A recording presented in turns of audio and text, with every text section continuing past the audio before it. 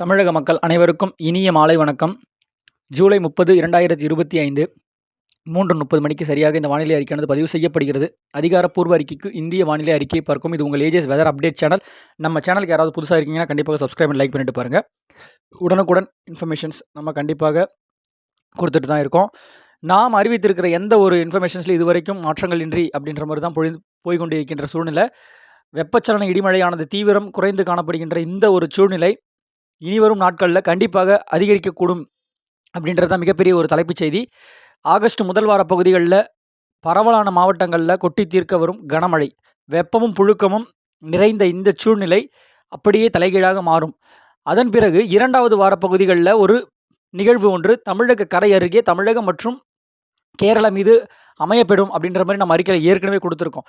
இந்த ஒரு நிகழ்வான் காரணமாக நமக்கு அந்த 2வது வார முதற் பகுதிகளில் அதாவது 1, 2, 3லேயே நமக்கு மழைப்பொழிவு ஆங்காங்கே அப்படின்ற மாதிரி பதிவாகக்கூடிய ஒரு சூழ்நிலை இருந்தாலும், ஒரு கனமழையாகவே தொடரக்கூடிய ஒரு சூழ்நிலை. அந்த சுழற்சியின் காரணமாக நமக்கு வந்து ஒரு 8, 9 தேதிகளில் ஒரு தொடர்மழை அப்படின்ற மாதிரி ஒரு சில இடங்கள் அமையப்பெறுவதற்கான ஒரு வாய்ப்பு இருக்கிறது இந்த காலகட்டங்களில். ஆனால் குறிப்பிட்டு சொல்லணும் அப்படின்னா, மாலை இரவு இடிமழையாக 10, 11 மணிக்கு மேலே கூட அப்படின்ற மாதிரி ஒரு சில இடங்களில் மழைப்பொழிவு உருவாகி அப்படின்ற மாதிரி பொழிய தொடங்க ஒரு மழை வலுப்பெற்று மாலை இரவு இடிமழையாக அதாவது கடலோர பகுதிகளில் அப்படின்ற மாதிரி குவிய செய்யும். வட உள் மாவட்டங்கள், வட மாவட்டங்களுக்கு, மத்திய மாவட்டங்களுக்கும் நம்ம ஏற்கனவே சொல்லிட்டோம் கனமழை பொழிவு காத்திருக்கிறது அப்படின்ற மாதிரி.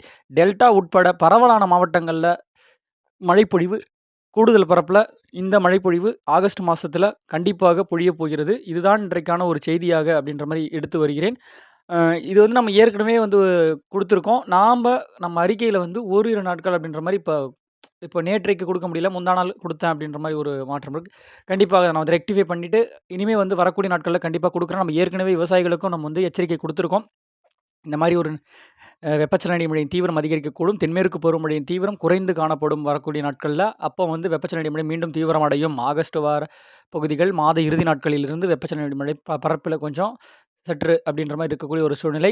இன்றைக்கும் பார்த்தீங்கன்னா மழை பொழிவு நம்ம ஏற்கனவே சொல்லியிருக்கோம். தெற்கு காற்றின் வீடு காரணமாக நம்ம தென் கடலோரத்தின் ஒரு பகுதிகள், ஒரு சில இடங்களில் உட்புற பகுதிகள், டெல்டாவின் சில பகுதிகளில் மழை பொழிவு அமையப்பெறும் வாய்ப்பும், உட்புற தமிழகத்தின் ஆங்காங்கே ஓரிரு இடங்களில் லேசானது ஒரு மழைப்பொழிவு, பெருமளவுக்கு மழைப்பொழிவு இன்றும் நாளை முதல் ஆங்காங்கே அப்படின்ற மாதிரி தொடங்கக்கூடிய ஒரு மழை 1, 2, 3, 4 தேதிகளிலிருந்து படிப்படியாக பரப்பளவில் அதிகரிக்கும்.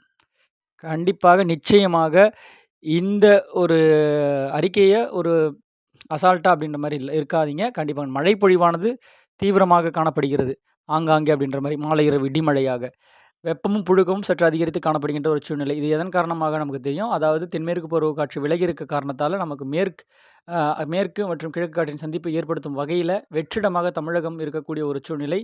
அப்போது காற்று சுழற்சி வளிமண்டல சுழற்சியாக அமையப்பெற்று நமக்கு மழைப்பொழிவை இது ஒரு சாதக சூழ்நிலை ஏற்படுத்துகிறது. அதே போல் ஆகஸ்ட் மாதம் நமக்கு தெரியும் சூரியன் கதிரானது வந்து நமக்கு தெற்கு நோக்கி பயணிக்கக்கூடிய ஒரு சூழ்நிலை. அப்போ நமக்கு இன்னொரு வெயில் காலம் தான் இது. சரிங்களா?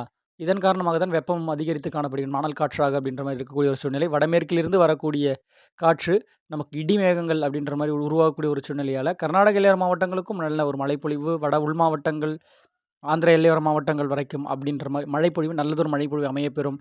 மத்திய உள்பகுதி, வட உள்பகுதிகளில் இந்த திருவண்ணாமலை போன்ற மாவட்டங்கள், கள்ளக்குறிச்சி, சேலம், அரியலூர், பெரம்பலூர் போன்ற மாவட்டங்கள், இப்படி காஞ்சிபுரம், திருவள்ளூர், சென்னை எல்லா மாவட்டங்களிலும் ஆங்காங்கே அப்படின்ற மாதிரி மழைப்பொழிவு நல்ல ஒரு மழைப்பொழிவாக வாய்ப்பு இருக்கிறது. தென் மாவட்டங்கள்லேயும் மழைப்பொழிவு வாய்ப்பு இருக்கிறது. கண்டிப்பாக மழைப்பொழிவு இருக்கிறது. காற்று பகுதிகள் உட்பட தென் மாநிலங்களுக்கே நம்ம ஏற்கனவே சொல்லியிருக்கோம். தென் மாநிலங்களுக்கே மழைப்பொழிவு அப்படின்ற மாதிரி தெரிகிறது. வானிலை இதில் ஏதாவது ஒரு மாற்றங்கள் இருந்தால் கண்டிப்பாக நம்ம அறிவிக்கிறோம். நம்ம இது டூ லேட்டாக நான் வந்து இந்த அறிக்கைன்னு சொல்கிறது இல்லை. நம்ம 2 மணிக்கு வானிலை கொடுக்குறது 1 மணி நேரம் தள்ளி கொடுத்துருக்கோம். வானிலை ஏதாவது மாற்றங்கள் இருந்தால் கண்டிப்பாக வானிலையோடு இணைந்திருங்கள். நன்றி, வணக்கம்.